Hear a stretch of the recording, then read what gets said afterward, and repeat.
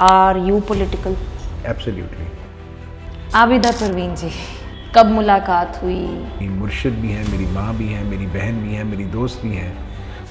लोग ना रिलीजन से कनेक्ट करते हैं, लैंग्वेजेस को, ज़ुबानों को मज़हबों के लिहाज से देखते हैं, जबकि दर हकीकत अगर आप ये समझें तो पंजाबी भी और करते करते अचानक वो मुझसे कहते हैं कि चमक जी आप तो गुरमुखी पढ़ लेते हो। अच्छा। जी मैं गुरमुखी पढ़ लेता हूँ। कि चमक जी आप झूठ बोल रहे हैं। अच्छा। एंड आई वॉज टेकन अबैक। आप एक एक्टर हो, यू मैनेज IAFA, कोई जगह नहीं छोड़नी आपने? आपको शायद चैन मिलता ही इन चीज़ों में। कहीं से मैंने वक्त चोरी किया, कहीं से मैंने एनर्जी चोरी की, कहीं से मैंने पढ़ाई चोरी की। पढ़ाई चोरी की मतलब? कोई जगह नहीं छोड़ी इन्होंने। और ये वही कर सकता है जिसे भूख हो, भूख हद पार करने की, भूख पीछे ना मुड़ने की, भूख बस आगे बढ़ते रहने की। वेलकम मिस्टर अरविंदर चमक ऑन माय शो। सत श्री अकाल, नमस्ते, सलाम वालेकुम। Welcome to Mini Life Talks, एक ऐसा शो जहाँ कुछ बातें, कुछ फैक्ट्स, कुछ हल्की फुल्की कॉन्वर्जेशंस होंगी कुछ ऐसे लोगों के साथ जिन्होंने अपनी लाइफ में बहुत कुछ हासिल किया है, जो भी मॉडेस्ट हैं, जो डाउन टू अर्थ हैं, जो अपने रूट्स से कनेक्टेड हैं, आम जनता के बीच रहने वाले अपने आप में ही खास लोग। रूट्स से याद आया, मैं अमृतसर से, श्री गुरु रामदास जी की नगरी में हर तरीके के लोग मिलेंगे यहाँ। सबसे ज़्यादा ये फेमस है यहाँ कि खाने पीने के मामले में आपको बहुत वैरायटी मिलेगी। वैसे भी सर्दियाँ आ रही हैं, है ना? तो happy winters to all of you. तो कुछ ऐसा किस्सा सुनाती हूँ जो बड़ा ही मज़ेदार है। सिकंदर महान ने कहा कि जब उनको लगा कि ब्यास क्रॉस करने के बाद सर्दी शुरू होते ही पंजाब में साग का सीजन शुरू हो जाना है, वापस मुड़ जाने में ही भलाई समझी। नेपोलियन बोनापार्ट ने कहा कि जब तक पंजाबी साग में देसी घ्यो डाल के खाना नहीं छोड़ते तब तक उनको कोई नहीं हरा सकता। लॉर्ड क्लाइव ने कहा कि जो कौम एक बार साग बना के सारा हफ्ता उसके बाद कोई सब्जी नहीं बनाती, उसके पास लड़ने के लिए तो बहुत टाइम होगा। इसके लिए इसको हराना, इस कौम को हराना नामुमकिन है। भाई निकलो यहाँ से। ऐसा है मेरा पंजाब, मेरा अमृतसर, जिसने अभी तक माशाल्लाह अपना बेस नहीं छोड़ा, जिसने फूड के साथ साथ आर्ट एंड कल्चर को भी काफ़ी इंपॉर्टेंस दी। बहुत से लोग मुझसे पूछते हैं कि अमृतसर आके क्या करें, घूमे कहाँ, गुरुद्वारे होके चले जाते हैं। That's good, but there are many other things as well, one of which is Indian Academy of Fine Art, the art gallery. 1928 में स्टार्ट हुई by Master Gurdeep Singh and other members, जिनके बारे में हम इस एपिसोड में बात करेंगे। बहरहाल इस अकेडमी से जुड़े हुए एक बहुत ही प्यारे शख्स जिन्होंने अपनी लाइफ में कोई ब्रेक नहीं लगाई, बस जहाँ जहाँ जो जो आर्ट को प्रमोट, प्रोटेक्ट, प्रायोरिटाइज करने का मौका मिलता गया, इन्होंने झट से पकड़ लिया। He is done his graduation in commerce, फिर इन्होंने लॉ किया, ये फिर MBA में चले गए। उससे पहले इन्होंने जर्नलिज्म एंड मास कम्युनिकेशन की, इनके पास फ्रेंच लैंग्वेज की डिग्री है। He is a PhD in industrial management. कोई जगह नहीं छोड़ी इन्होंने। और ये वही कर सकता है जिसे भूख हो, भूख हद पार करने की, भूख पीछे ना मुड़ने की, भूख बस आगे बढ़ते रहने की।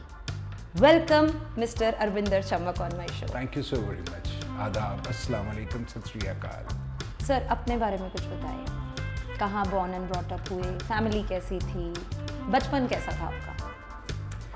अपने बारे में कुछ बताने से पहले ये बहुत इंपॉर्टेंट है कि मेरी फैमिली में तो आप भी हैं और मेरी फैमिली भी साथ है, और I am blessed to be कि हम सब एक साथ हैं, और एक पूरा पंजाब ही नहीं, पूरा खित्ता ही नहीं, पूरा मुल्क ही नहीं, पूरी दुनिया आपकी फैमिली है।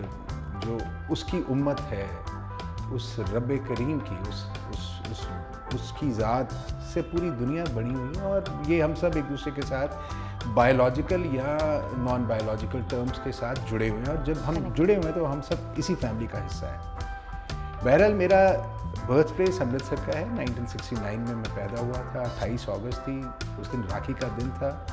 और ऐसा था कि जैसे मैं पैदा हुआ तो जैसे बहनों की एक बौछार होती है तो वो ऐसा था। और पला बढ़ा भी मैं अमृतसर में हूँ। मेरी स्कूलिंग और एजुकेशन मेरी सारी तकरीबन अमृतसर से ही है, एक्सेप्ट मुझे अपनी डॉक्टरेट करने के लिए या मुझे मास्टर्स करने के लिए अमृतसर से बाहर भी जाना पड़ा, कुछ मुझे डिस्टेंस कोर्सेज भी करने पड़े। बाकी मोर और लेस मैंने अपनी ज़िंदगी का बेशतर वक्त इसी गुरु रामदास जी की नगरी में और आप सब की फैमिली बॉन्ड में ही गुजारा और इसी में मैं बड़ा हुआ हूँ। बचपन कैसा था आपका? बचपन जैसे आम बच्चों का बचपन होता है वैसा था, लेकिन हर बचपन में कुछ ख़ास चीज़ें भी होती है। जैसे हमारी आज की पेरेंटिंग और उस वक्त की पेरेंटिंग में बहुत फ़र्क हुआ करता था। आज आप बच्चों के साथ बहुत ओपन हैं, लॉजिकल रीजनिंग के साथ बात करते हैं और उनकी बात को सुनते हैं, समझते हैं, एनालाइज करते हैं, फिर उनको रिएक्ट या रिस्पॉन्ड करते हैं। हमारे वक्तों में ये शायद ऐसा नहीं था कि हमें जहाँ बिठाया जाता था हमें बैठना होता था, जहाँ से उठाया जाता था हमें वहाँ से उठना होता था। तो ऐसे बचपन में के माँ बाप का साया अभी भी है, लेकिन शायद उनकी तरबियत में ये एक फैक्टर बहुत ज़्यादा इम्पॉर्टेंट या उनको ज़्यादा सिक्योर लगता था कि हमारी ज़िंदगी का जो एक्सपर्टीज़ है या हमारी ज़िंदगियों में जो हमने सीखा है वो हम सीधा बच्चों को ट्रांसफ़र कर सकते हैं। बहुत हद तक वो कामयाब भी हैं, अच्छी बात है। हम जहाँ पे भी आज हैं ये उसी की बदौलत है। लेकिन एक इंसान के पास अपने विंग्स होते हैं जो शायद अगर उसको मिले तो वो बचपन से ही एक नई परवाज़ ले सकता है। मुझे याद है जॉन मैकेनरो ने एक बड़ी खूबसूरत बात कही थी। मैं ग्रेड 8 में था जब मैंने पहली बार ये बात पढ़ी थी कि why the birds can fly and we can not. Birds, हम बच्चों को कहते हैं why the birds can fly and we can not, because the birds have the perfect faith and to have faith is to have wings. And probably शायद उसने उस वक्त के वालिदैन को, उस वक्त के पेरेंट्स को ये बात उस लिहाज से नहीं समझ आती थी या वो नहीं समझना चाहते थे, या एक सोसाइटी का एक अपना एक दायरा ऐसा था कि आप उसी दायरे में पले बड़े हुए और उन्हीं का हाथ पकड़ के आपने उन्हीं के पाँव के ऊपर पाँव रखकर अपनी ज़िंदगी की हयाती की आगाज़ आपने वैसे ही किया और फिर वैसे ही बनने की कोशिश की और वैसे ही मुआशरे को, समाज को, सोसाइटी को वापस आप देने का एक प्रयास करते हैं। जी। When were you first introduced to IAFA, Indian Academy of Fine Arts? फिर अगर आपका खुद का डिसीजन था ज्वाइन का, how were you connected towards IAFA? IAFA, Indian academy of fine arts में आने से पहले इसका पर्पस या इसका एक मिशन या एक वेंटिंग आउट स्पेस शायद मुझे लगता है कि उसको टच करना ज़्यादा ज़रूरी है। अपनी ज़िंदगी को जब आप अपनी अक्कासी करते हैं, जब अपनी ज़िंदगी के पास्ट में जाके अपने आप को उस आईने में देखते हैं जहाँ से आपने अपनी ज़िंदगी का आगाज़ या ज़िंदगी की शुरुआत जहाँ से की होती है, जर्नी यहाँ से शुरू की होती है। तो मुझे लगता है कि जैसे मैंने आपको पहले कहा कि पेरेंटिंग में आपके ऊपर कुछ चीज़ें सुपर इम्पोज की जाती हैं या आपके पास ऐसे हालात नहीं आपके पास मैसर होते जहाँ पे आप अपनी बात कह सकते हैं। तो कुछ चीज़ों को एक्सप्रेस करने के लिए फिर आप कोई ना कोई ऐसा मीडियम मोड ढूंढते हैं या आपके लिए एक तैयार किया जाता है नेचर की तरफ से जहाँ पे आप अपनी बात को कह सकें। पोइट्री एक एक्सप्रेशन है, पेंटिंग एक एक्सप्रेशन है, आर्ट की डिफरेंट फॉर्म्स एक उसका एक अलग अलग इम्प्रेशन बनती है। तो मेरा सबसे पहले जो आर्ट गैलरी के साथ मेरी एसोसिएशन हुई थी, I came as a student when I was doing my grade 10th and 4S school. यहाँ पे एक चिल्ड्रन डे फेस्टिवल कंपटीशन होता था 14 नवंबर को और वो आने वाला है। तो पहली दफ़ा मेरी आर्ट गैलरी से एसोसिएशन उस वक्त हुई थी जब मैं एज ए स्टूडेंट यहाँ पे पार्टिसिपेट करने आया था। उसके बाद जब मैंने कॉलेज ज्वाइन किया तो 1986 में that was a time when Punjab बहुत एक टर्बुलेंट फेज में से गुजरा था। फ्रॉम 1978 टू 1993 जिस वक्त हमारे ऊपर टेररिज्म का बहुत प्रेशर था और सेंट्रल फोर्सेस जो थी वो उस वक्त के उन बच्चों को जो 12-14 साल से लेके 18-19 साल की एज के बीच वाले थे उनके ऊपर बहुत सारी एट्रॉसिटीज़ और टॉर्चर और उनको प्रेशराइज किया जाता था। अच्छा। तो शायद कुछ पेरेंटल प्रेशर्स या कुछ सोशल प्रेशर्स या कुछ उस वक्त के जो पॉलिटिकल प्रेशर्स थे, वो शायद कहीं ना कहीं वो अपनी शक्ल लेते थे अपने एक्सप्रेशन के लिए। और जब मैं पहली दफ़ा यहाँ पे आया था तो मैंने पढ़ा था Indian academy of fine arts में, जो 1928 में इस्टेब्लिश हुई, और इसकी बड़ी कंट्रीब्यूशन थी towards the freedom struggle of India. ये एक बात बड़े ताज्जुब की होती है कि जो राइटर्स हैं या जो पॉलिटिशियंस हैं या जो स्टेट्समैन हैं या लीडर्स हैं या जो कॉमरेड्स थे उस वक्त के, या जो फ्रीडम मूवमेंट में जिन्होंने पार्टिसिपेट किया, उनकी फ्रीडम मूवमेंट के पार्टिसिपेशन के जो स्ट्रगल, और एक आर्टिस्ट या एक जो राइटर उसकी स्ट्रगल कैसे उसका हिस्सा बनती है, निकलेगा कैसे। हाँ। तो ये जब मैंने पढ़ा, सुना, देखा, समझा, तो मुझे लगा शायद ये मेरे लिए एक मकाम है, मेरे लिए एक मंजिल है जहाँ पे मैं अपने अंदर की बात को एक्सप्रेस कर सकता हूँ। तो फिर 1986 में मैंने एज ए स्टूडेंट ज्वाइन किया, फिर ultimately I became the member of this Indian academy of Fine art. उसके बीच में ऐसे बहुत सारे एपिसोड्स हुए, हमें यहाँ से निकाला भी गया। अच्छा जी। हाँ, वी वर शंटेड आउट, हमें ब्लैक लिस्ट भी किया गया बिकॉज CRPF के उस वक्त बहुत सारे प्रेशर्स हुआ करते थे। जो Indian academy of fine arts की जो अंदर की पॉलिटिक्स थी, वो इस चीज़ को कभी एक्सेप्ट नहीं करती थी कि कुछ बच्चे पॉलिश होकर आगे निकल जाएँ। बट एनीवेज, वो सारी चीज़ों को ओवरकम करने के बाद then I became the member of the governing council in 1996. अच्छा। And since 1996 it's a journey of almost 40 years now, 30 years. So I'm associated with the gallery and I'm serving the gallery in different capacities from different times. और मुझे अच्छा लगता है कि हम art के उस शोबे को उस दुनिया के उस मकाम तक लेके जाने में कामयाब हुए, जिसका ख्वाब master Gurdeep Singh ji, S Sohan Singh, SC Thakur Singh, Hari Singh और चित्रकार शोभा सिंह ने उस वक्त सोचा था जब ये इस बिल्डिंग की शक्ल में नहीं थी, जब इसके पास ऐसा इंफ्रास्ट्रक्चर नहीं था। तब भी जो उनकी सोच थी कि बराए सगीर को जो कंप्लीट कॉम्पोजिट जो हमारा साउथ एशियन सब कॉन्टिनेंट है, उसको एक कैलकटा से, साउदर्न इंडिया से, नॉर्थ ईस्ट से और वेस्ट से एक जगह पे आके सब आर्टिस्ट इकट्ठे होकर काम करते थे। तो वो एक फूलों जैसा गुलदस्ता बन के निकलता था, उसकी महक पूरे समाज, पूरी दुनिया में जाती थी। और हमें उस महक, उस समाज, उस फूलों का गुलदस्ता बनने में एक मौका मिला। तो मुझे लगता है कि ये it is a blessing.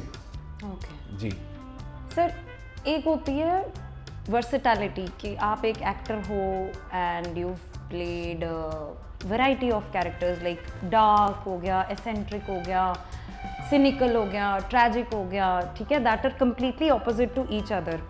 Similarly ठीक है, प्ले में होता है, वो एक कैरेक्टर हो गया। बट आपने तो अपनी लाइफ में कोई स्ट्रीम नहीं छोड़ी होगी। You are a poet, you are a painter, you are a theatre artist, you are a director, you are an actor मैंने बोल दिया ना, you are a playwright, you manage IAFA। तो मतलब चैन नहीं मिलता कोई जगह नहीं छोड़नी आपने। ऐसे है कि ये इंसान की जर्नी का एक ऐसा खूबसूरत सा हिस्सा है कि आपको शायद चैन मिलता ही इन चीज़ों में है, आपको सुकून मिलता ही इन चीज़ों में है। देखिए, ज़िंदगी को बनाने के वक्त उस जो डिवाइन एनर्जी है वो एक अपना काम कर रही होती है, लेकिन उसके साथ आपको इवॉल्व होने के लिए, आपकी ज़िंदगी में बेहतर करने के लिए आपके पास एक दिमाग भी देती है, आपको रोशनाई भी देती है, और आपके पास किताबें भी देती है, और आपकी सराउंडिंग्स ऐसी क्रिएट करती है कि आप उनसे इम्प्रेस होके, मुतासिर होके उनसे सीख सको और अपनी ज़िंदगी को कुछ अच्छा बेहतर बनाने का कोशिश कर सको। तो जब बात आपने कही कि मैंने एक्टिंग शुरू की, मैंने एक्टिंग तो शायद मैंने मुंशी प्रेमचंद की एक कहानी हुआ करती थी, अठन्नी का चोर। तो 1974-75 में सबसे पहला मेरा जो इनकाउंटर आर्ट के साथ था, that expression of art through the acting, वो उस वक्त शायद मैंने स्कूल में शुरू किया था। लेकिन बीच में एक ऐसा वक्फा आया जिसमें आप पढ़ते हो, अपनी लाइफ को बनाने के लिए, अपने करियर को इस्टेब्लिश करने के लिए, या अपनी ज़िंदगी की जो बाकी ज़रूरतें हैं, प्रायोरिटीज़ हैं, उनको पूरा करने में आप अपने आप को इन्वॉल्व करते हो। लेकिन कहीं ना कहीं वो आपके अंदर का जो आर्टिस्ट, जो हर इंसान के अंदर का है, ये मैं इस बात से सहमत नहीं हूँ कि कोई इंसान अगर कहे कि उसके अंदर ये सारी डिफरेंट शेड्स जिसके बारे में भी आपने बात की, वो नहीं है, हर इंसान में होती है। हम दिन के 24 घंटों में से हर घंटे में एक अलग किरदार अपना निभा रहे होते हैं, प्ले कर रहे होते हैं, और हमें वो पता इसलिए नहीं चलता कि हम बहुत कैजुअल अप्रोच के साथ करते हैं। और जैसे हम एक ब्रीदिंग प्रोसेस जैसे कि हम सांस ले रहे हैं और सांस लेते लेते हमें ये पता नहीं चलता कि हम सांस ले भी रहे हैं या नहीं ले रहे हैं, लेकिन वो सांस ले रहे होते हैं। तो ऐसे हर इंसान के अंदर ये अपनी अपनी एक क्वालिटी शेड्स की होती है। कुछ लोग उसको आइडेंटिफाई कर पाते हैं, कुछ लोग उसको आइडेंटिफाई नहीं कर पाते। करना अच्छा होता है ताकि आप अपनी ज़िंदगी को अच्छा कर सकते हैं। आपने मुझसे बात की कि मैंने कोई स्ट्रीम छोड़ी नहीं। मुझे लगता है कि अभी बहुत सारी ऐसी और सी स्ट्रीम्स हैं जिनको मुझे अभी टच करना है। अच्छा। और ये ज़िंदगी आपके पास बहुत मुख्तसर सी होती है। छोटी, हाँ। पैदा होने से मैयत तक का जो एक जर्नी है वो अगर 100 साल की भी हो तो वो बहुत छोटी है। दुनिया में करने, सीखने, समझने और देने के लिए ये बहुत एक छोटा सा वक्त है। तो मैं खुशकिस्मत हूँ कि मुझे अपनी ज़िंदगी के इस दौरे हयाती में मुझे ये सब कुछ करने का मौका मिलता रहा। कहीं से मैंने वक्त चोरी किया, कहीं से मैंने एनर्जी चोरी की, कहीं से मैंने पढ़ाई चोरी की। पढ़ाई चोरी की मतलब ये भी अपने आप में एक फ़लसफ़ा है कि नॉर्मली हमारी पेरेंटिंग में पढ़ाना बच्चे को ये बहुत अच्छा समझा जाता है, लेकिन शायद मेरी 10वीं तक की पढ़ाई तो बाय डिफ़ॉल्ट थी। उसके बाद मुझे पढ़ाई करने के लिए भी वक्त चोरी करना पड़ता। माँ बाप को नहीं पता था? नॉट एग्जैक्टली मैं ये कहूँ कि उनको पता नहीं था, ये तो खैर झूठ होगा, लेकिन मैं क्या कर रहा हूँ, कैसे कर रहा हूँ, हाँ। ये एक बड़ा ताज्जुब का था। आई वॉज एक्चुअली मोर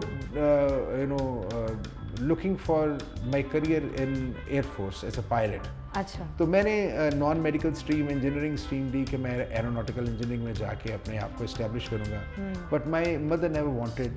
सो एक दिन बड़े आराम से वो स्कूल में आते हैं, जैसे एक क्यारी में से एक फूल को तोड़ते हैं, एक स्कूल से निकाला नॉन मेडिकल की स्ट्रीम से और दूसरे ह्यूमैनिटीज़ में जाके डाल दिया ताकि इसके पास ये मौका इसके बाद रहे ही ना है। उसके बाद फिर चोरी करने की आदत थी, तो चोरी की। कॉलेज में गए, खालसा कॉलेज में कॉमर्स ज्वाइन की, तो वहाँ पे एनडीए में मैंने अपने आप को इस्टेब्लिश करने की कोशिश की। एयर विंग में मैं चला गया, एयर विंग का बी सर्टिफिकेट भी मैंने घर से चोरी किया। एंड आई वाज प्लानिंग कि मुझे अगर एयर विंग का सी सर्टिफिकेट भी मिल जाए तो मेरी डायरेक्ट जो थी वो रिक्रूटमेंट जो मेरी इंडियन एयरफोर्स के साथ होती थी। लेकिन unfortunately there was a period जो टेररिज्म का, जैसे मैंने पहले आपसे कहा, वो उसमें ऐसे हालात बनते गए कि वो शायद वो उस वक्त ख्वाब पूरा ना हुआ, लेकिन वो ख्वाब अभी भी मेरे अंदर जिंदा है और मैं करना चाहता हूँ उसको पूरा। और कभी ना कभी तो मैं अपने लिए प्राइवेट फ्लाइंग लाइसेंस पीपीएल तो मैं ले ही लूँगा। बहुत बढ़िया बात है। चोरी से तो होते ही, मतलब अगर जो एक मैं ना वीडियो बनाई थी कि jealousy, I am not talking about, जैसे लोग बोलते हैं ना जेलेसी तो बहुत बुरी बात होती है। I talked about positive jealousy. अगर आप किसी से जेलस हो तो उसके एज अ रिजल्ट आपके अंदर टैलेंट है, आप कर सकते हो, आपका मैग्नम ओपस आपको पता है ना, तो आप चोरी करके भी या जुगाड़ लगा के भी ना कहीं से, एज आई सेड कि जिसको भूख होती है वो कहीं ना कहीं से पकड़ेगा, भूखा पकड़ेगा, क्योंकि उसको पता है कि तलब की अहमियत क्या होती है। उसको पता है कि अगर मुझे ये मिल जाए ना तो मैं वहाँ पे पहुँच सकता हूँ। जो अपने से ऊपर उठ के एक करने की चाह होती है ना, had it been the situation कि अगर आप वहाँ नहीं जा पाए हो तो आप यहाँ नहीं होते। आप इतनी you know as I said कि कोई जगह नहीं छोड़ी। एक ये भी होता है, बहुत सारी चीज़ें कनेक्टेड होती हैं। तो आई बिलीव कि हाँ, कि अगर वो नहीं होता तो आप यहाँ नहीं होते, है ना। इसमें बड़ी खूबसूरत सी बात है, जैसे मैंने आपको कहा कि नेचर आपके लिए, सराउंडिंग्स आपके लिए रास्ते बनाती है, रास्ते बनाती है, या रास्ते रोकती भी है तो किसी वजह से रोकती है, या फिर बनाती है तो किसी वजह से बनाती है। तो मेरी उस जर्नी में जब मैं चला तो एक्टिंग से मैं शुरू हुआ, तो मैंने स्टेज शुरू की। स्टेज में मुझे लगा कि मैं अपने एक्सप्रेशन को बहुत अच्छे से कम्युनिकेट कर सकता हूँ, क्योंकि ये डायरेक्ट इंटरेक्शन होता है between you and the audience, और आप दोनों में फ़र्क नहीं रहता आप जब परफॉर्म कर रहे होते हैं।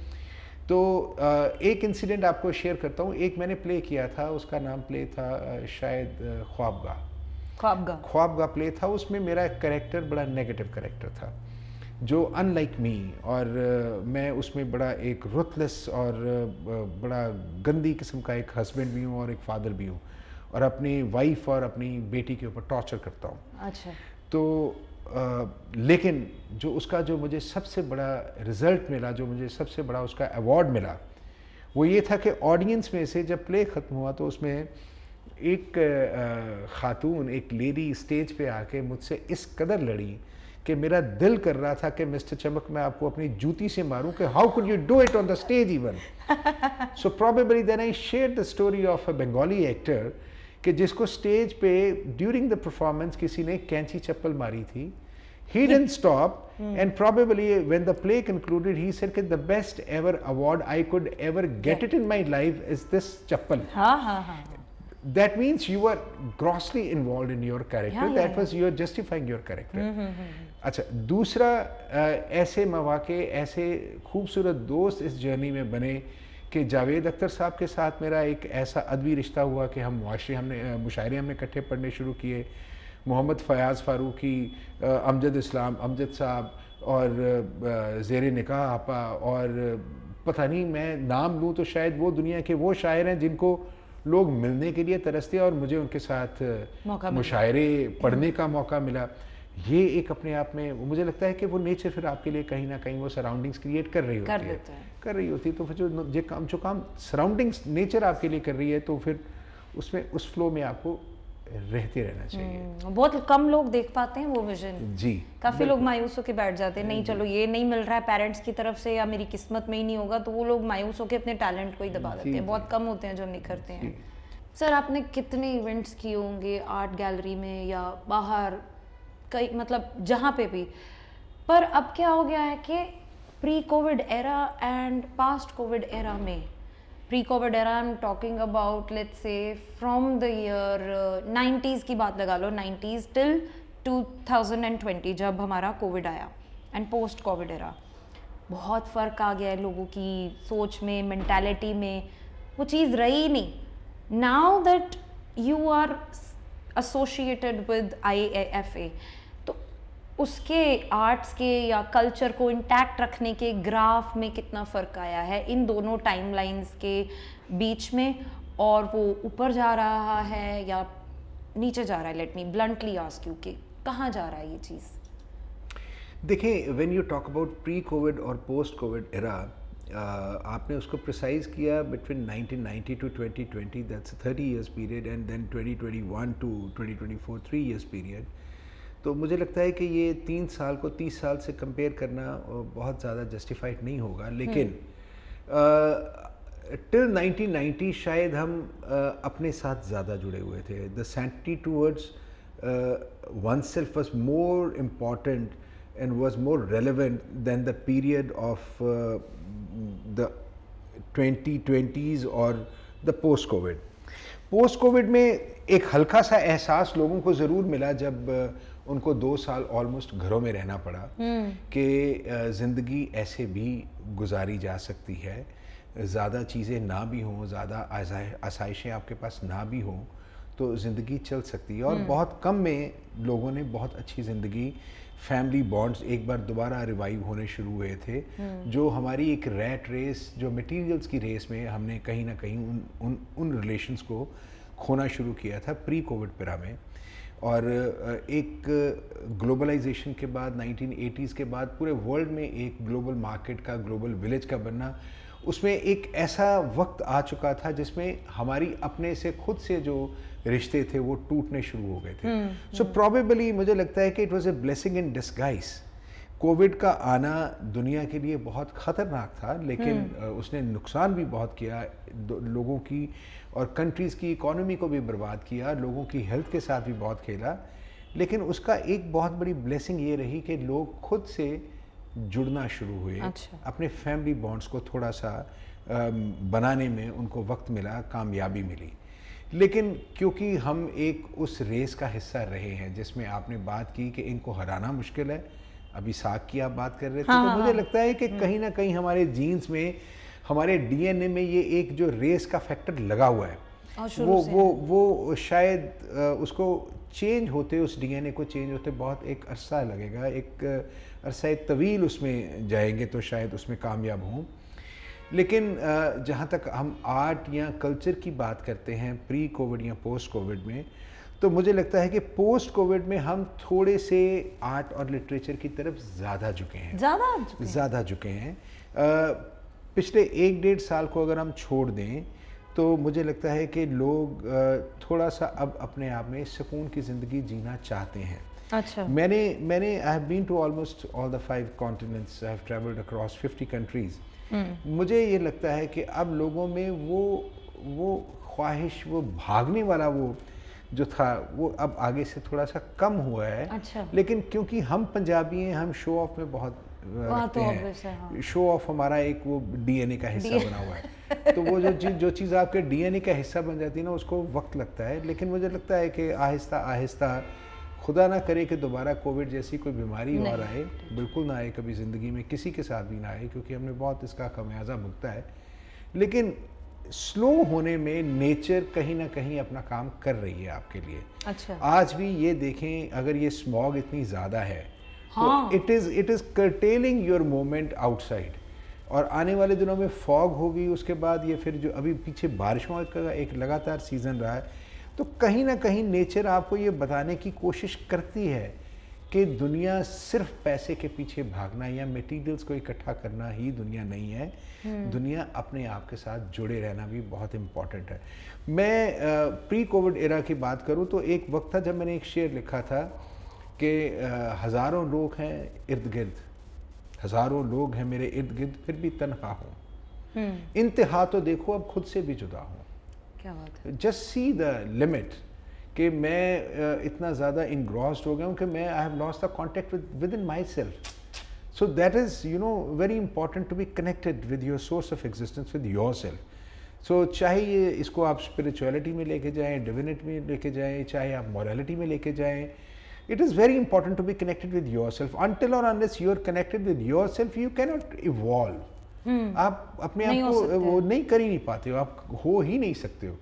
तो इट इज़ इम्पॉर्टेंट। बट मुझे लगता है कि पिछले 1-1.5 साल में मैंने देखा है कि लोग आर्ट, लिटरेचर, हमारे यहाँ पे भी जो सराउंडिंग्स में एक्टिविटीज़ लिटरेचर को लेके बढ़ी हैं, तो उसमें लोगों की पार्टिसिपेशन पहले से अब कुछ ज़्यादा है। कुछ राइटर्स को जिनको हम भूल चुके थे, हमने दोबारा उनको रिवाइव किया है, चाहे वो उर्दू लिटरेचर के साथ है, चाहे वो हमारी अपनी पंजाबी ज़ुबान के साथ है, चाहे वो इंग्लिश के साथ है। अच्छा। अब आप देखेंगे पिछले 1 साल में बॉम्बे से या साउदर्न इंडिया से बहुत सारी टीम्स ने आके इंडियन सब कॉन्टिनेंट, नॉर्थ इंडिया में आके परफॉर्म करना शुरू किया, जिससे लोगों का एक बेंट ऑफ माइंड भी बना चेंज हुआ है। और कुछ हमारे यहाँ पे ऐसे इंस्टीट्यूशंस खड़ी हुई हैं, जैसे मैं विदाउट नेमिंग, कुछ वुमेन एक्सेंट्रिक ऑर्गेनाइजेशंस हैं, कुछ इंडस्ट्रियल के साथ जुड़ी हुई हैं, जिन्होंने डिफरेंट शोबों में से, डिफरेंट शेड्स ऑफ लाइफ्स में से लोगों को यहाँ पे इनवाइट करके उनके साथ पब्लिक इंटरेक्शन कराई है। तो वो पब्लिक इंटरेक्शन कहीं ना कहीं आपको इंस्पायर करती है कि आप कल से बेहतर आज हों और अपने रूट्स जहाँ से आप निकले हैं कम से कम उनके साथ जुड़ें। सो this is how the life evolves. आप पहले हो, नहीं तो लोग तो सिर्फ यही बोलते हैं, नहीं लोगों ने डिप्रेशन बहुत फेस किया इस एरा में, लोगों ने बहुत डाउनफॉल फेस किया बिजनेस के पॉइंट ऑफ व्यू से, बट आर्ट के पॉइंट ऑफ व्यू से ये पर्सपेक्टिव मैंने भी नहीं देखा था कि लोगों ने खुद से जुड़ना स्टार्ट किया। They started doing activities which they were already, जो उनको भूल गया था कि ये भी चीज़ होती है। प्लांट्स से मैंने काफ़ी लोगों को, एज यू सेड कि मैं प्लांट्स से बातें करता हूँ, आई डू टू। तो no, it's a therapy. I tell you, it's a therapy. It's not that आप सीधे सीधे जाके प्लांट्स के साथ बात करते हैं। इसमें भी एक बहुत खूबसूरत सा एक इंसिडेंट है। हमने एक स्कूल की नींव रखी और उस नींव के रखते वक्त हमने वहाँ पे प्लांट्स जो सैपलिंग्स थे उनको शो किया, और एक जर्मन स्टूडेंट उस वक्त हमारे पास था। And you won't believe it कि वो जर्मन स्टूडेंट, रसल नाम था उसका, he was actually praying to that plant with folded hands, oh my dear plant, please grow and please give the shade to the students who would come and visit this institution.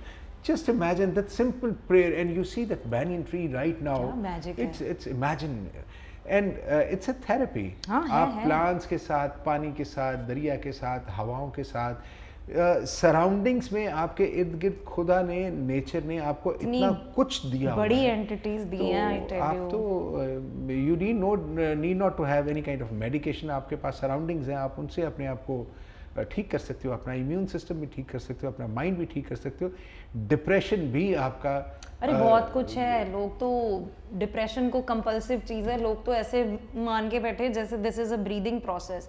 I always say that this is depression is completely a compulsive state of mind. लोग analyse करना भूल जाते हैं। People love to be in pain, I don't know why, ये बड़ी खौफनाक चीज़ है। That's why I initiate to make such videos के लोग देखें तो समझ में आए लोगों को कि भाई यार डिप्रेशन को थोड़ा छोड़ो, बाहर निकलो, बारिश एंजॉय करो, पानी एंजॉय करो, जो महज एक सूरज है उसकी प्रेजेंस एंजॉय करो। बहुत कुछ है। लोग ना छोटी छोटी चीज़ें, प्लांट्स ले लो, चलो मैं आपको बताती हूँ। एक एरिका पाम है, एरिका पाम एक प्लांट होता है। जी। एक इंसान के लिए 4 प्लांट्स चाहिए रहते हैं फॉर इनफ ऑक्सीजन। चलो वो छोड़ो, वो ना बीच में बहुत ज़्यादा मेरे घर पे है, वो मुरझा गया, ठीक है, वो ग्रो नहीं कर रहा था। फिर मैंने उसको डांट लगाई, मैंने कहा क्या प्रॉब्लम है, अगर आपको बढ़ना है तो बढ़ो, नहीं तो मुझे सीधा बता दो मैं कितना पानी दे रही हूँ आपको। और फिर एक रिस्पॉन्ड आया, बट नॉट ही रिस्पॉन्डेड, इसलिए कि पानी इतना भी नहीं देना चाहिए, लेट मी हैव द सन। फिर मैंने उसको थोड़ा शिफ्टिंग किया, फिर मैंने उसको थोड़ा अपना मन हल्का किया, then he started growing. So this is a process. And लोग contemporary art versus traditional art, which one has or had the more dominance or impact on people's hearts and houses? देखिए ये बड़ा एक ऐसा सवाल है जो हर इंडिविजुअल की स्टेट ऑफ माइंड के ऊपर डिपेंड करता है। आप कंटेम्प्रेरी आर्ट को जब आप एक्सप्लेन करना शुरू करते हैं तो उसकी लिटरल डेफिनेशन कुछ और है, और जो expression on a piece of canvas it is something different. Traditional art आपको आपकी रूट्स के साथ जोड़ने में एक बहुत बड़ा ब्रिज का काम करता है।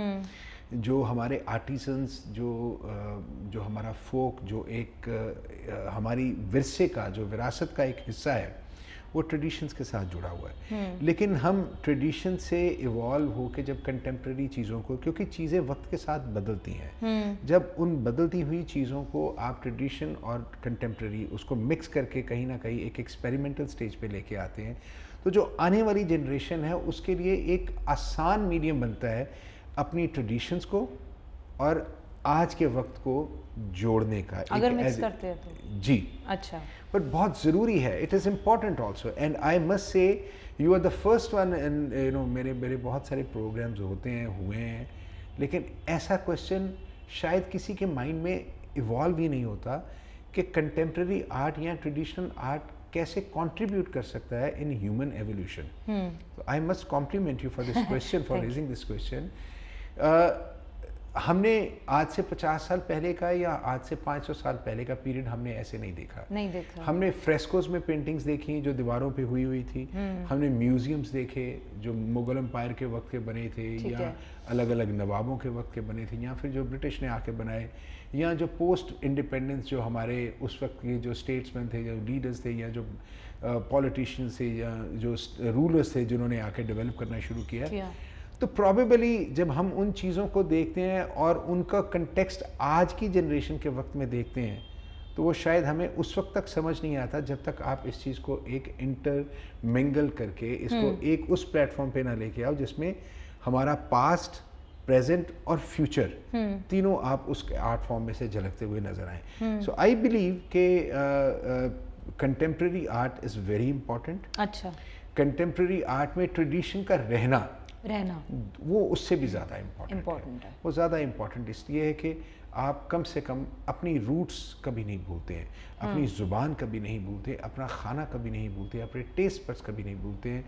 आपके साथ ज़िंदगी में जो पहले जिससे आप इवॉल्व होके या आपके बड़े जो इवॉल्व होके निकले होते हैं, आप उन चीज़ों से कभी महरूम नहीं होते हैं। So this is how I believe.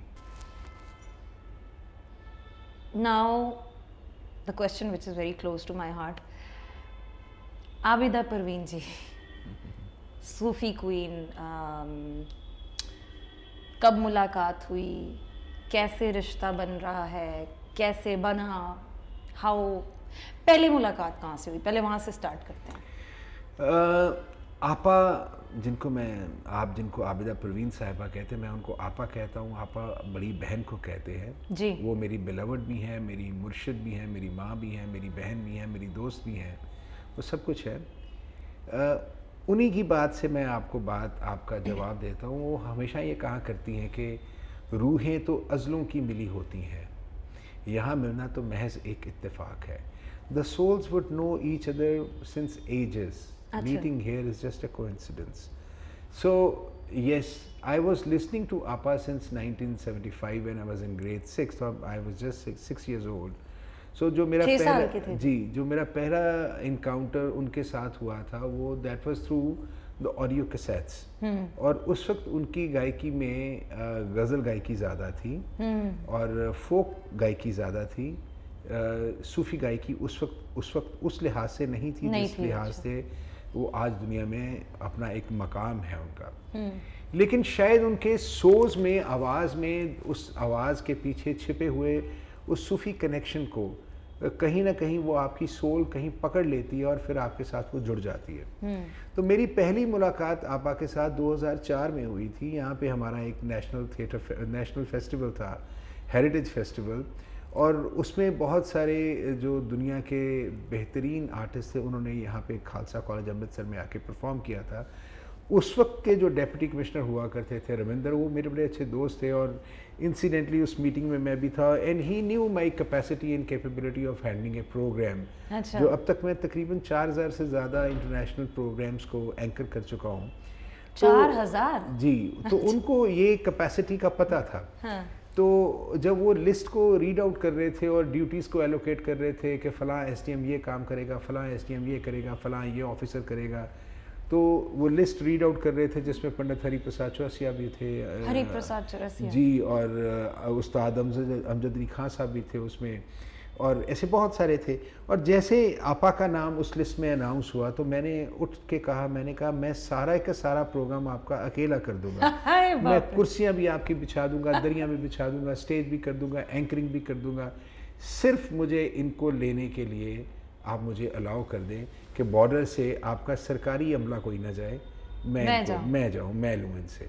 और कैन यू बिलीव, जब मेरी पहली मुलाकात ज़ीरो लाइन पे आपा से होती है, आपा और उनकी बेटी और उनके भाई और उनके साथ जिंदे क्रॉस करते हैं, तो आपा टेक्स मी इनटू हग। अच्छा। मुझे एक ज़ोर से हग करते हैं और फिर मुझसे सवाल करते हैं कि चमक जी इतने साल कहाँ थे। अरे भाई। तो ये एक गैबी रिश्ता है मेरा उनके साथ, और इट्स बिन बहुत एक लंबी जर्नी है, और वो ऐसी जर्नी का हिस्सा है कि मेरे घर में कोई भी बात क्यों ना हो, मेरी ज़िंदगी में कोई बात क्यों ना हो, मुझे लगता है कि मेरी बात पहले उनसे होती है तो मैं आगे ज़िंदगी में कोई काम करता हूँ, वरना मैं कोई काम ऐसे करता ही नहीं हूँ। तो मैं अभी कल ही उनसे वापस आया हूँ, लाहौर से, इस्लामाबाद से मिलके कल ही मैं वापस पहुँचा हूँ। और मेरा जाने का मकसद, चाहे वो मेरे 2 लेक्चर्स थे पाकिस्तान में और दोस्ती थिएटर फेस्टिवल की इनाग्रेशन थी, लेकिन वो जो मेरी मेजर पुल रहती है वो आबिदा परवीन साहिबा रहती है। तो मैं अपनी ज़ियारत करके उनसे मुलाकात करके उनको मिल के उनसे बहुत सारी ब्लेसिंग्स बटोर के आप सबके लिए लेके आया हूँ। ब्लेसिंग्स तो जितनी हो सके ले लो, खींच लो, मांग लो, चुरा लो, बेस्ट होता है हमारे एवोल्यूशन के लिए। कोई ऐसा किस्सा या कोई ऐसी उनकी बात जो उनके लवर्स को जो मतलब जो उनसे जुड़े हुए हैं उनको नहीं पता, कोई ऐसा किस्सा जो बड़ा खास है आपके साथ? मेरी नज़र में एक ऐसा एपिसोड है जो शायद हम सबको उससे सीखने की ज़रूरत है, और शायद उस वक्त तक मैं भी उस चीज़ से मेरी शनासाई नहीं थी, मेरी उस चीज़ से उस वक्त तक मुलाकात नहीं थी जिस वक्त वो इंसिडेंट हुआ नहीं। मैं और आपा रियाज कर रहे थे, नई कॉम्पोजिशंस के ऊपर काम कर रहे थे, और ये सुबह के 3:30 बजे हुए थे। 3:30? अच्छा। सुबह 3:30 बजे मैं उनके कदमों में बैठा और हम किसी धुन के ऊपर काम कर रहे थे, और करते करते अचानक वो मुझसे कहती हैं कि चमक जी आप तो गुरमुखी पढ़ लेते हो। मैंने कहा जी मैं गुरमुखी पढ़ लेता हूँ, तो मेरे पास एक किताब है, वो किताब मुझे पढ़ के सुनाइए। अब एक हमारे साथ ये एक ऐसा अलमिया है, एक ऐसा फैक्टर है कि यहाँ पे लोग उर्दू नहीं पढ़ सकते हैं, यहाँ गुरमुखी पढ़ सकते हैं, वहाँ के लोग गुरुमुखी नहीं पढ़ सकते, उर्दू पढ़ सकते हैं। नस्टैलिक उर्दू पढ़ सकते हैं। तो वो उन्होंने अपनी बेटी को आवाज़ दी कि मरियम वो किताब लेके आओ। अब मरियम ने एक बड़े एहतराम के साथ बड़े खूबसूरत से कपड़े में उसको लपेटा हुआ किताब को वो मेरे पास लेके आई। वो अमृत कीर्तन थी, जो गुरु ग्रंथ साहब का एक स्मॉलर वर्जन है, जैसे जो हमारे जो रिसाइटल रागी जो है उसमें से कीर्तन करते हैं। अब वो मैंने किताब खोली तो मैंने कहा आपा ये गुरु ग्रंथ साहब का एक स्मॉलर वर्जन है। तो उन्होंने कहा कि आप इसको पढ़िए। तो मैंने रैंडमली जो पेज खोला वो गुरु अर्जन साहब की बानी थी, उसका बाबा 5वें नानक का कलाम था। तो मैंने पढ़ दिया। तो मुझे कहते मुझे इसका तर्जुमा करके बताइए, मीनिंग बताओ, मीनिंग बताइए, ट्रांसलेशन इसकी बताइए। तो मैंने कहा आपा मेरे में इतनी तौफीक नहीं है, इतनी ताकत नहीं है कि मैं उस वली के लिखे को मैं ट्रांसलेट कर सकूं। तो मुझे कहते हैं मुझे समझ कैसे आएगा कि आपने तो गुरमुखी पढ़ दी, तो मुझे इसका ट्रांसलेशन तो बताइए। तो मैंने कहा अच्छा to the best of my ability मैं इसका आपको ट्रांसलेशन करके बताता हूँ। तो मैंने बताया और जो उनका पहला जवाब था वो एक लेसन था कि चमक जी आप झूठ बोल रहे हैं। अच्छा। And I was taken aback, मैं I was in a state of shock. मैं उनके कदमों में बैठा हुआ और मैंने उनके पाँव को पकड़ लिया। मैंने कहा आपा मैं झूठ बोलूँगा आपसे, और ख़ास तौर पे इस किताब के हवाले मैं ऐसा क्यों करूँगा? नहीं चमक जी आप झूठ बोल रहे हैं। और इस वक्त उनकी बेटी नहीं है वहाँ पे। अच्छा। तो मैंने कहा आपा मैं नहीं समझ पाया हूँ कि आपकी बात। तो मुझे कहते हैं रुको, अपनी बेटी को फिर से आवाज़ देते हैं मरियम कुरान पाक लाओ। अब मरियम ब्रिंग्स द कुरान, वो भी एक खूबसूरत कपड़े में उसको रैप किया हुआ है और उसमें वो उसने आके कुरान पाक, तो क्योंकि वो हाफिज़ कुरान है, हाफिज़ कुरान मतलब उनको कुरान पूरा याद है। तो उन्होंने अपनी बेटी को कहा तुम इसकी ये वाली आयत, ये वाली सूरा और ये वाला इसका पैराग्राफ पढ़ो, निकालो। तो उसने वो पढ़ दिया, उसने अरबिक में पढ़ दिया। अच्छा। तो मैंने अब कहा कि आपा ये तो अरबी में है ना, मुझे क्या समझ में आएगा जी। तो वो अपनी बेटी को कहते हैं कि मरियम इसकी ट्रांसलेशन करो। अब जब मरियम ने उस आयत की सूरा की जब उसकी ट्रांसलेशन की तो वो हूबहू वो था जो गुरु ग्रंथ साहब में था। So now we must understand कि ये कितना अजीब एक नेचर ने आपको राज दिया है कि मुख्तलिफ हैं ज़ुबानें बयां अगरचे तो क्या चमक, उसकी तासीर और सदाए तहजीब एक है। तो देखो मतलब कुरान में लिखा है या गीता में, वो मतलब ये एक इशारा भी था। फिर उन्होंने मुझसे कहा कि मैं तुम्हें सिर्फ ये बताना चाहती थी कि ये किताबें डिफरेंट नामों से जानी जा सकती हैं लेकिन जो फ़लसफ़ा ज़िंदगी है वो सब में एक ही है। सो कितनी खूबसूरत सा एक बात और कितनी खूबसूरत सी एग्जाम्पल दे कि आपने अपनी ज़िंदगी को रोशना करना देखा कि आपकी ज़िंदगी में ये भी एक रोशनाई है। वरना हम लोग मैं किसी पर्टिकुलर मज़हब की बात नहीं करता हूँ, चाहे आप उसको जैनिज़्म में ले जाएँ, चाहे उसको बुद्धिज़्म में ले जाएँ, चाहे किसी में भी ले जाएँ, तो कहीं पे भी नफ़रत की बात नहीं है। लेकिन जब हम आज के कंटेम्प्रेरी टाइम में रिलीजन को बैरियर्स के लिहाज से देखते तो हम उसको फिर एक नफ़रत के एंगल से देखना शुरू करते हैं कि ये फ़लाँ मज़हब ये सिर्फ नफ़रत फैलाता है, ये फ़लाँ मज़हब ये सिर्फ ये काम करता है, ये फ़लाँ मज़हब ये सिर्फ औरतों के ऊपर जुल्म करता है। ऐसा नहीं है। मज़हब आपको कभी, वो बड़ा खूबसूरत अल्लामा इकबाल ने लिखा था कि मज़हब नहीं सिखाता आपस में बैर रखना, हिंदी है हम वतन है हिंदुस्तान हमारा। ये अल्लामा इकबाल का खूबसूरत शेर है जिसके ऊपर उन्होंने जो हमारा राष्ट्रीय गान भी बना बाद में। जी, तो ऐसा है। जैसे कभी कभी अब जैसे उन्होंने ये आपको ये बात कही कि चमक आप झूठ बोल रहे हो, कभी कभी ना क्या होता है जो बहुत उस्ताद होते हैं, बड़े जो एंटिटीज़ होती हैं, उनके आगे ना कभी हिम्मत नहीं होती, कभी इतनी तवज्जो हिफाई से नहीं होती कि हम क्रॉस क्वेश्चनिंग करें।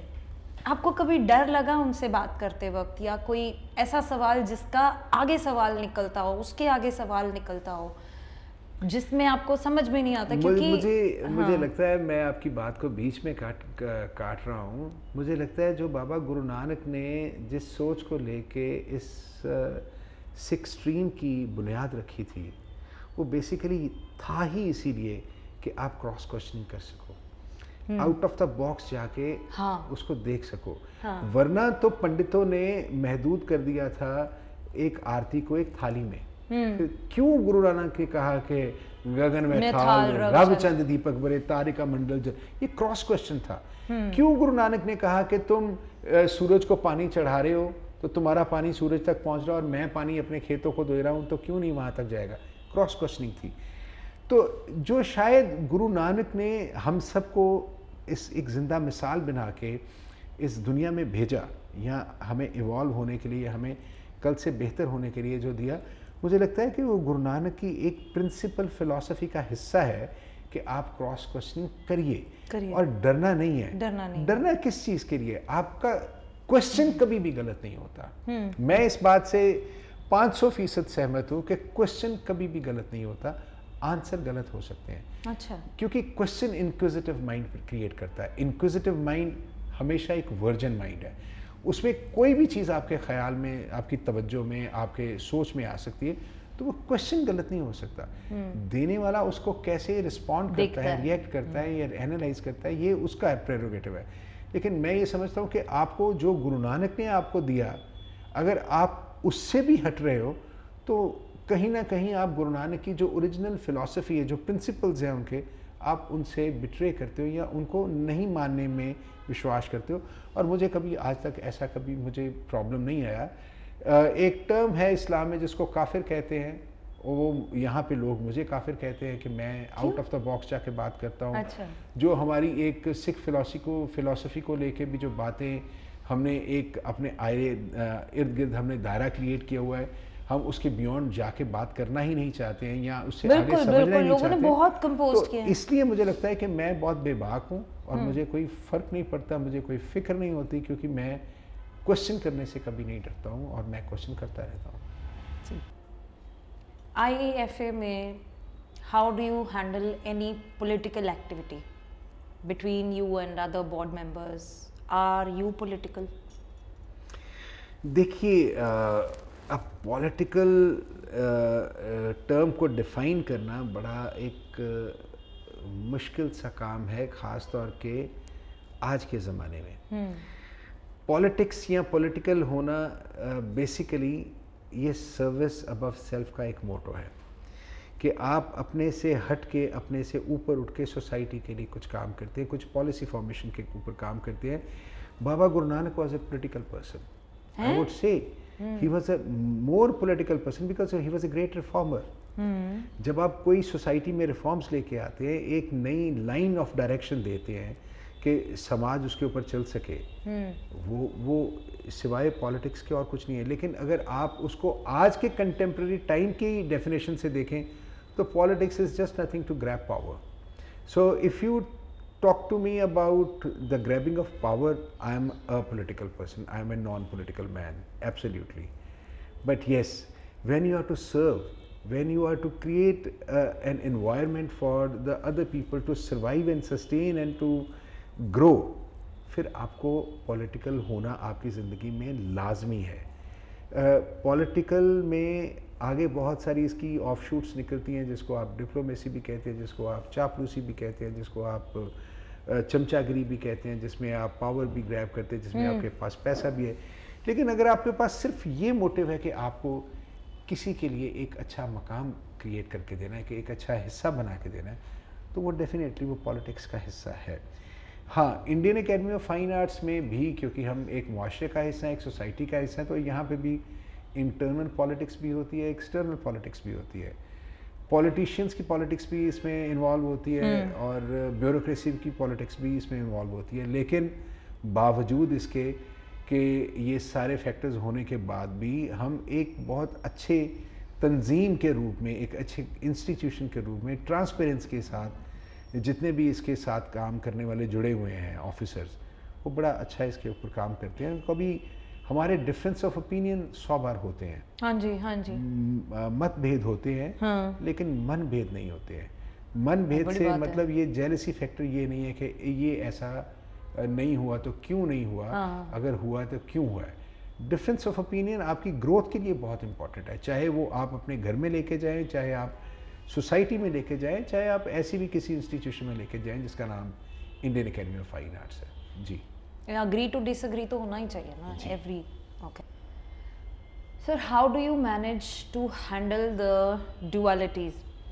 भारत और पाकिस्तान दोनों अपने रूट्स से कनेक्टेड है, जुड़े हुए हैं, इवेंट्स करते हैं, वहाँ के लोग यहाँ आते हैं, यहाँ के लोग वहाँ जाते हैं, आप भी बहुत ऑफन वहाँ जाते हो।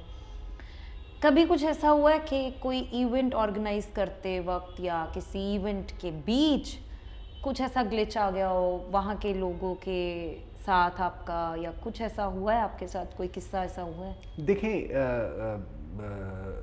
आप अपने घर में भी देखते हैं ना, तो आपके घर में अगर 4 लोग हैं तो चारों के माइंड सेट डिफरेंट होते हैं, चारों की परसेप्शन डिफरेंट होती है, चारों की ज़िंदगी की जर्नी डिफरेंट होती है, पर्सनैलिटी डिफरेंस होता है। ऐसे होते हैं इंसिडेंट, ये नहीं है कि बिटवीन इंडिया एंड पाकिस्तान ही होते हैं, आप किसी और मुल्क में भी जाते हैं, किसी और कंट्री में भी जाते हैं, तो वो ये चीज़ें वहाँ पे भी कॉमन है। ये difference of mind thought process जो है वो एक लाजमी है, क्योंकि हम दोनों 70 साल पहले या 75 साल पहले एक थे, एक लैंड से जुड़े हुए थे, एक कल्चर से जुड़े हुए, हमारी तहजीब एक है, हमारा खाना एक है, हमारी ज़ुबान एक है, हमारी सोच एक है, हमारी साइकी एक है, हम एक ही चीज़ से ग्रो हुए। तो वो जाहिर सी बात है कि उसमें ज़्यादा वो इम्पॉर्टेंट फैक्टर बन के नज़र आता है। इंसिडेंट्स होते हैं जब आप जाते हो और लोग आपसे डिफरेंट एंगल से बात करने की कोशिश करते हैं, प्रोब करने की कोशिश करते हैं, लेकिन मैं एक अपनी ज़िंदगी में मैंने एक मेरा टारगेट, मेरा पर्पस, मेरा एक गोल या मेरी जो ज़िंदगी की एक जर्नी का जो हिस्सा है वो है कि पैगाम मोहब्बत, मोहब्बत का पैगाम।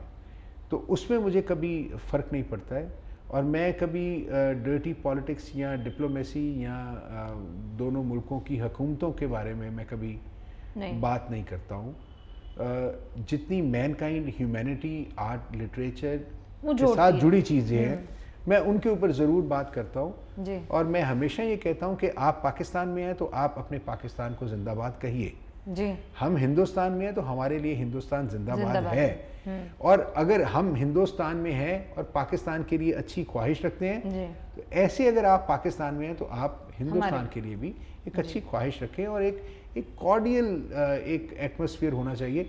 यकीन माने, आम लोगों में से 100 में से शायद आपको एक आदमी ऐसा मिलता है जिसका माइंड सेट ब्रेन वॉशिंग के साथ होता है कि नहीं, एक India is a enmity country, both countries, जी वो दोनों के साथ। लेकिन 99% लोग प्यार और मोहब्बत को ही सलाम करते हैं, सजदा करते हैं, और उनके साथ ही अपनी ज़िंदगी को आगे देखना चाहते हैं।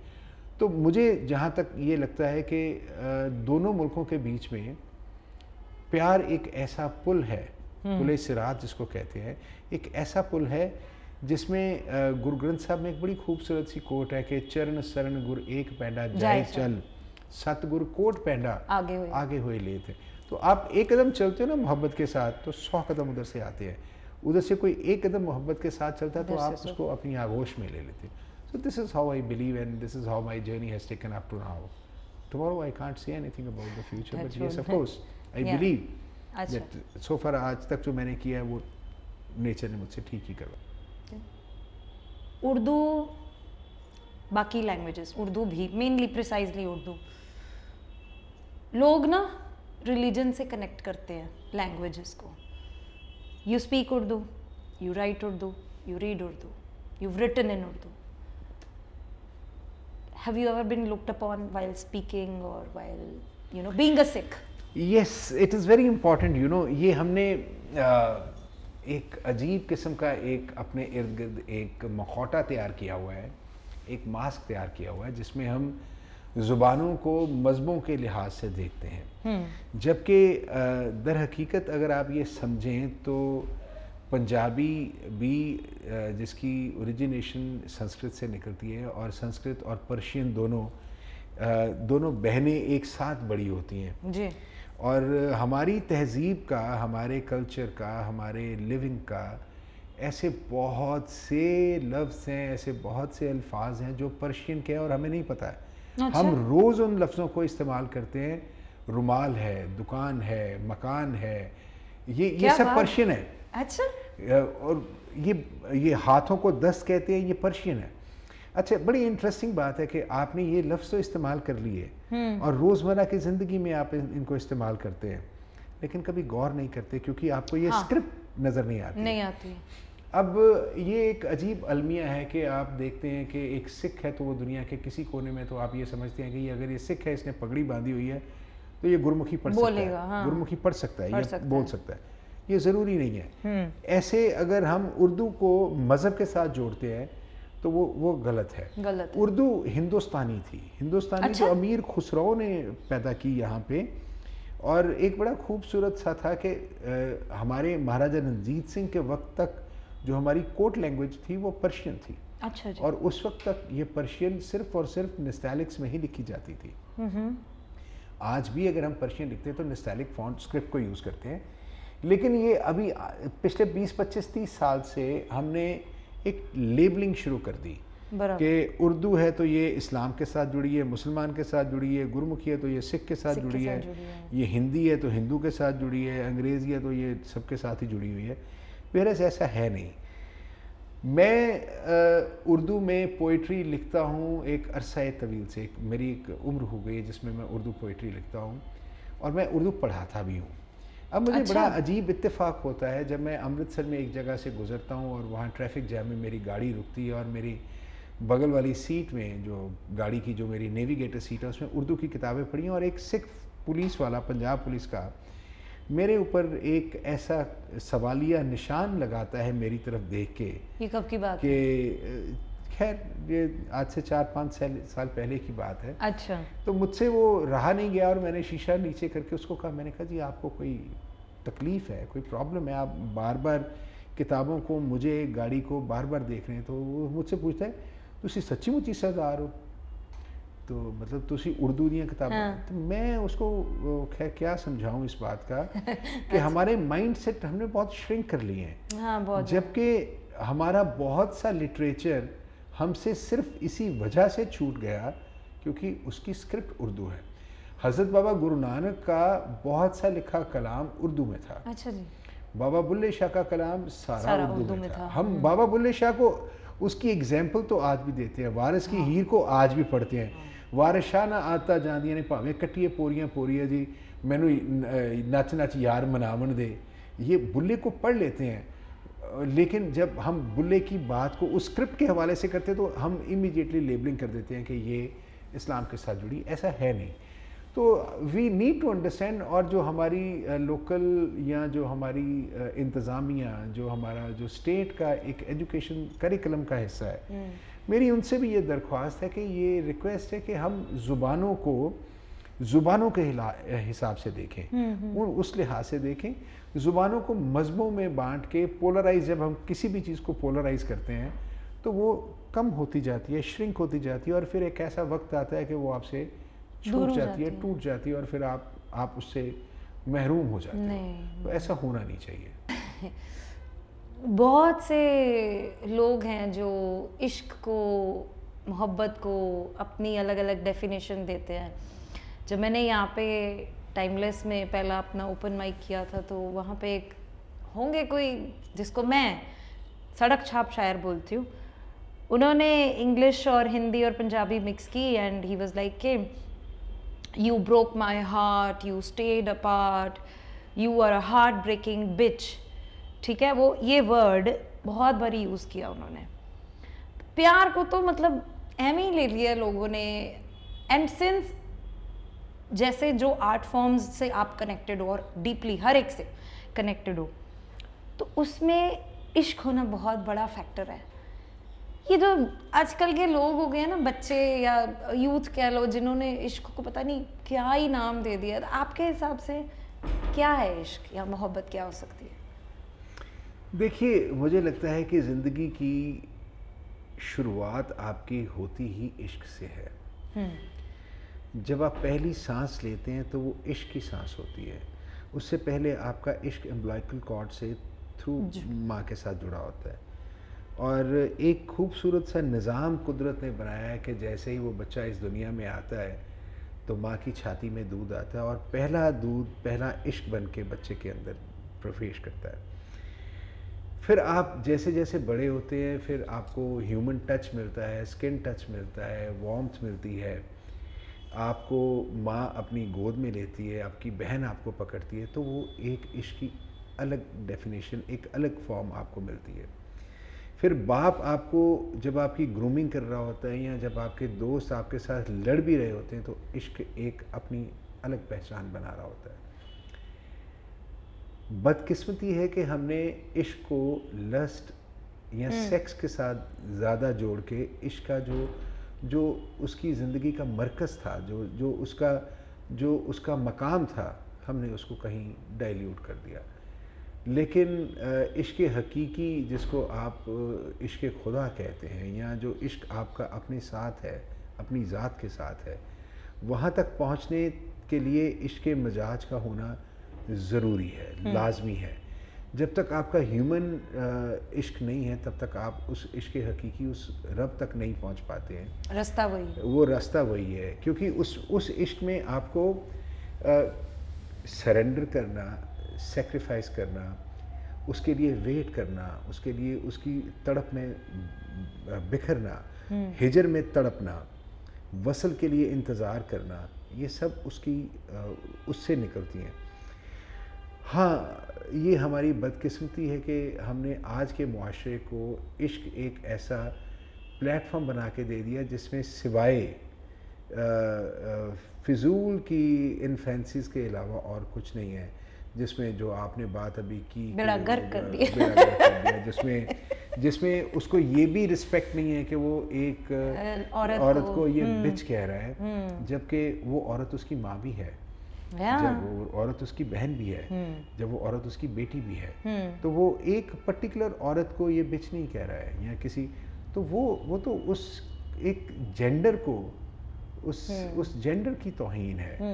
तो ये सिर्फ मर्द हजरात या आदमी नहीं ऐसा करते हैं कि उन्होंने उसको बिच बोल दिया, ये आज की लड़कियां भी इस चीज़ के वो उसी में चली गई हैं। लेकिन इश्क एक बहुत रूहानी, एक ऐसा खूबसूरत सा ख्याल है कि वो ख्याल कुर्बत में भी अजब सकून है चमक। कुर्बत कहते हैं मिलने को, जब आप हिजर में हैं और आप वसल की इंतज़ार में हैं जी, कि ख्याल कुर्बत में भी अजब सकून है चमक, अधूरा हूँ फिर भी मुकम्मल लगता हूँ। सो दिस इज़ इश्क, कि वो आपका महबूब आपके पास नहीं भी है, लेकिन महज उसका ख्याल आपको मुकम्मल करता है। हाँ। तो वहाँ पे आप कभी बिच इस्तेमाल लफ्ज़ कर ही नहीं सकते ना, तो वो ये ऐसा है। और एक बड़ी खूबसूरत सी एक नज़्म है कि इश्क हकीकी लम्हों का नहीं रूहों का मिलन है। अच्छा, ये बड़ा खूबसूरत सा एक इंटरवोवन सा है कि जब आपका इश्क होता है, चाहे वो इश्क मजाज हो चाहे वो इश्क हकीक हो, जब आप और उसका जो बीच का भेद ख़त्म होता है तो फिर आपको पता चलता है कि आप और वो अलग नहीं है। आपकी पहचान उसके बिना नहीं है और वो आपके बिना अधूरा है। तो वो एक खूबसूरत सा एहसास है कि इश्क हकीकी लम्हों का नहीं रूहों का मिलन है, न कागज़ दवात का वो है मोहताज, तो ये तो राह खुदा के सफ़ीरों का मिलन है। बन जाती है जो डोर एक बार तो टूटा नहीं करती चमक, ये अहले जज्बात धड़कन दुआ का मिलन है। इश्क हकीकी लम्हों का नहीं रूहों का मिलन है। So this is how I believe that what ishq has the capacity to do in humans evolution and to attain that achievement, to be with the divine, जिसको अलग अलग टाइम पे अलग अलग लोगों ने अलग अलग माध्यम से, मीडियम से आपको जोड़ने की कोशिश की। So the best is the ishq. You must fall in love number of times. अरे वाह, होता है ना, वन टाइम ही प्यार होता है, पर नहीं, प्यार तो होता है हर लम्हा प्यार, हर इंसान से प्यार। अब आप किसी को जेंडर से देखते हैं कि मुझे इस लड़की से प्यार है, मुझे इस लड़की से प्यार है, मुझे इस लड़की से प्यार है, वो प्यार की बात नहीं मैं कर रहा हूँ। जब आप प्यार में चले जाते हैं तो when you flow in the state of bliss, आपके पास नफरत की गुंजाइश रह ही नहीं जाती। You ask me to hate someone, I can not. गुस्सा नहीं आता, मेरे पास हेट्रेड है ही नहीं। बड़ी एक खूबसूरत सी एग्जांपल देके I try to sum up कि ईस्ट जर्मनी और वेस्ट जर्मनी, जब ये जर्मनी इकट्ठे थे और बीच में बर्लिन की वॉल बनी, the wall was constructed just to make two countries, East Germany and West Germany. अब बड़ा खूबसूरत सा इत्तेफाक था कि वेस्ट जर्मनी ने ट्रैश के ट्रक से इकट्ठे करके ईस्ट जर्मनी के तरफ उन्होंने फेंकने शुरू कर दिए, और रोज़ उन्होंने अपने गंद को निकालना और ईस्ट जर्मनी में फेंक देना। और ईस्ट जर्मनी ने उसके जगह पे फ्रूट्स एंड फ्लावर्स रोज़ उनको देने शुरू कर दिए कि वो ट्रैश देंगे, वो फ्लावर्स देंगे। अब बीच में ऐसे मुल्क होते हैं जो ऑब्जर्व करते हैं, तो किसी ने कहा कि आपका दिमाग ख़राब है, वो आपको कूड़ा करकट दे रहे हैं और आप उनको फल दे रहे हैं। उन्होंने कहा जी जो उनके पास है वो दे सकते हैं, क्या बात है, जो हमारे पास है हमारे पास तो फिर यही हम यही दे सकते हैं। So this is the beauty of love. क्या बात है, And once you start feeling in the state of bliss, you cannot hate anyone. क्या बात है। So this was a very मज़ेदार, spicy, interesting conversation between me and sir Arvinder Chamak. I hope सबको ये episode पसंद आया हो। We are looking forward for your subscriptions, for your likes, for your shares, for everything. इस एपिसोड को देखिए और प्लीज़ कमेंट्स में बताइए कि कैसा लगा आपको ये कंटेंट, और कंटेंट लेके आऊँगी नेक्स्ट एपिसोड में। टिल देन प्लीज़ सब्सक्राइब, सच्ची बोल रही हूँ। Follow for more.